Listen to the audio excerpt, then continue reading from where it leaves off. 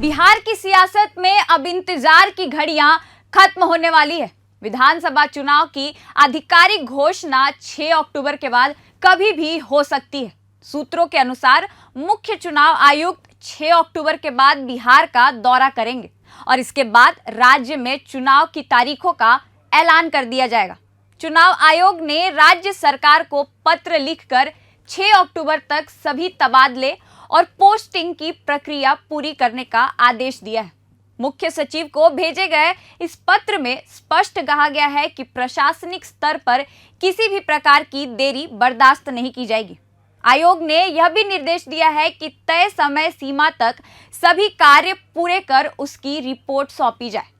मुख्य सचिव के साथ साथ यह पत्र राज्य के पुलिस महानिदेशक, विकास आयुक्त और सभी विभागों के प्रधान सचिवों को भी भेजा गया है। दरअसल चुनाव की घोषणा से पहले प्रशासनिक और पुलिस स्तर पर बड़े पैमाने पर फेरबदल करना आवश्यक होता है ताकि निष्पक्ष और पारदर्शी चुनाव कराया जा सके। इसी प्रक्रिया के तहत ट्रांसफर पोस्टिंग को प्राथमिकता देने को कहा गया है। चुनाव की सुगबुगाहट के साथ ही राजनीतिक गलियारों में भी हलचल बढ़ गई है।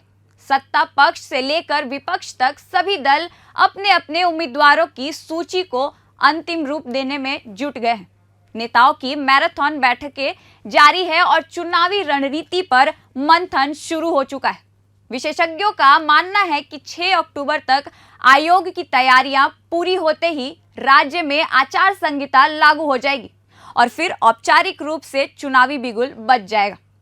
आयोग द्वारा भेजे गए यह पत्र साफ संकेत मिल रहा है कि इस बार चुनावी प्रक्रिया को लेकर कोई ढिलाई नहीं बरती जाएगी। प्रशासनिक मशीनरी को पहले से तैयार करने और संवेदनशील इलाकों पर विशेष ध्यान देने की कवायद की जा रही है। फिलहाल इस खबर में इतना ही। ऐसे ही बिहार चुनाव से जुड़े खबरों के साथ आपके बीच आते रहेंगे। देखते रहिए प्रभात खबर डिजिटल। धन्यवाद, शुक्रिया।